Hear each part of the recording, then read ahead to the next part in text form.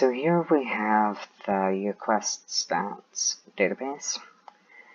Let's go through a brief summary of how it works. When you first open the database, this is what you'll see. 3 different options here for 3 different perspectives on how a database lets you work with the information. Start off with the view and report. The view and report gives you 4 different basic reports you can run.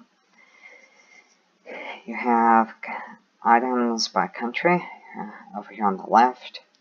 You have the country name. In the middle you have the item description, how many items were used. Down at the bottom right we have a button that we can use to print the report, which lets us then choose which printer. In this case I'll just choose the print PDF.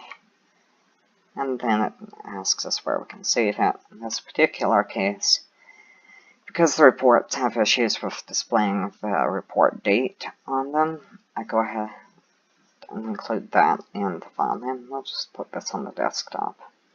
Items by country 2019. Note that that will also be available, and that date modified will be available. And you right-click on the PDF and then click Properties. We also have an option for services, frequency by year, community, and country. So we have the year, the country, community, the service name, and how many times it was provided. We have services by demographics, similar information.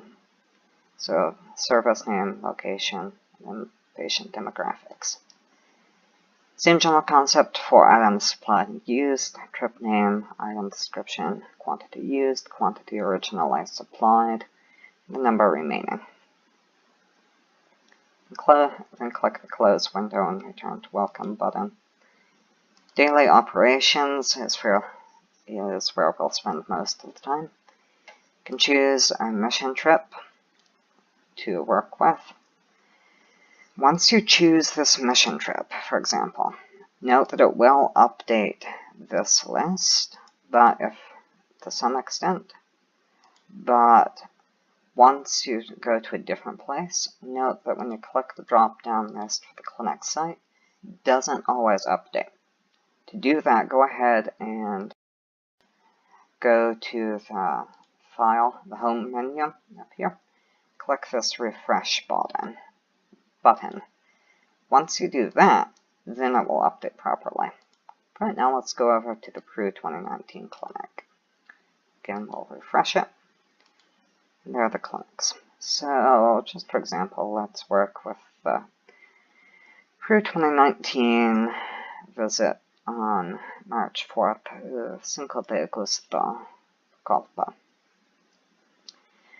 Here under patient intake, we have the trip visit, which is a bit of a duplication of effort, but that's important for when you're working with a new record. When you're creating a new record, you come down here to this new blank record button, the right arrow with the gold asterisk by, and click on that. Note that this trip visit field is not auto-populated. We tried to find a way to do that. We did find one, but that caused some strange recursion issues when we were switching between these 2 tabs. So for right now, you will need to make sure to choose the clinic that matches when you're working with it. Patient ID number is just to help keep track of who the patient is. We are not doing name because we want no personally identifiable information because of HIPAA issues. Then we'll put in an age, gender. We have male, female, not specified. We have not specified because of the gender identity concept. Last time I heard there were roughly think it was 27 genders, and I really don't feel like putting all of those in. So if people would prefer not to specify, that's just fine. We can say not specified. So let's do male, and I don't care about that. We can stop all that for now. I need to look into that while I was doing that. So we have these clinics that are offered, these services that are offered by this clinic. So we can say he did medical and vision. We can add others too if we want. And that's as simple as it gets. That's how it works. You can also use these left and right buttons down here in the gray bar to navigate through the different people who were listed in the clinic. Next, we can come over to the Items Used tab, where we have, again, same concept with the clinic. Make sure that this clinic matches the one up here.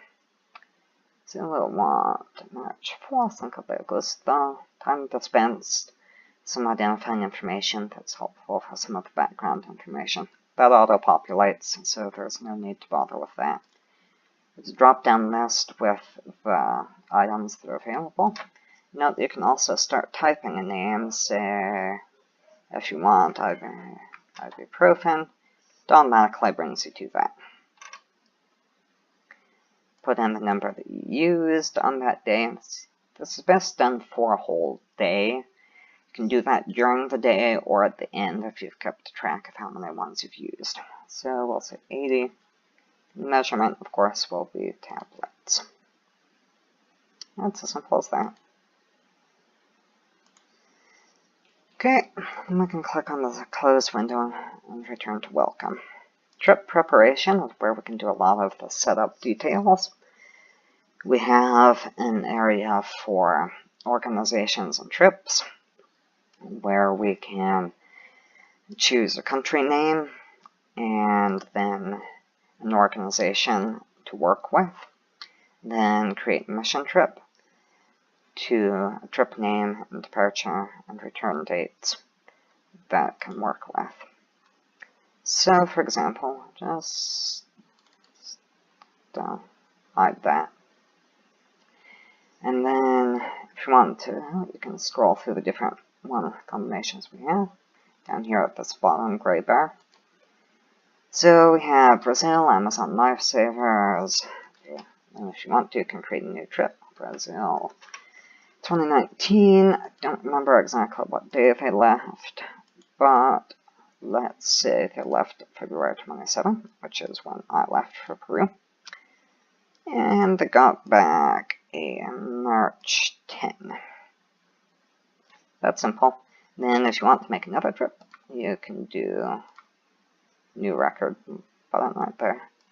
Then Brazil 2020, not 2022. Departure date defaults to today. But we can then go to February 27, 2020.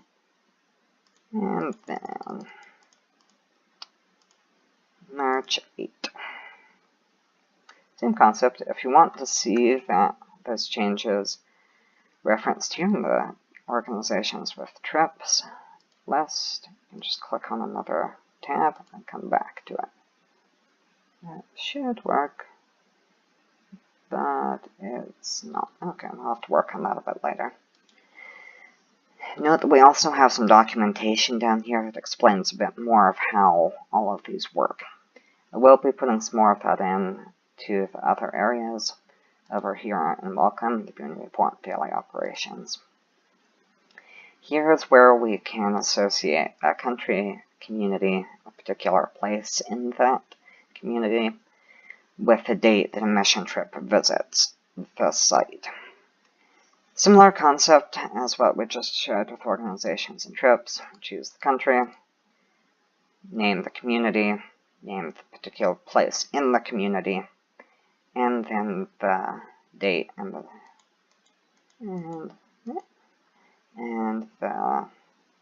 particular mission trip. Again, you can navigate through there as well, and down here. Inventory. Over here on the right, we have a list of the different items that we currently have.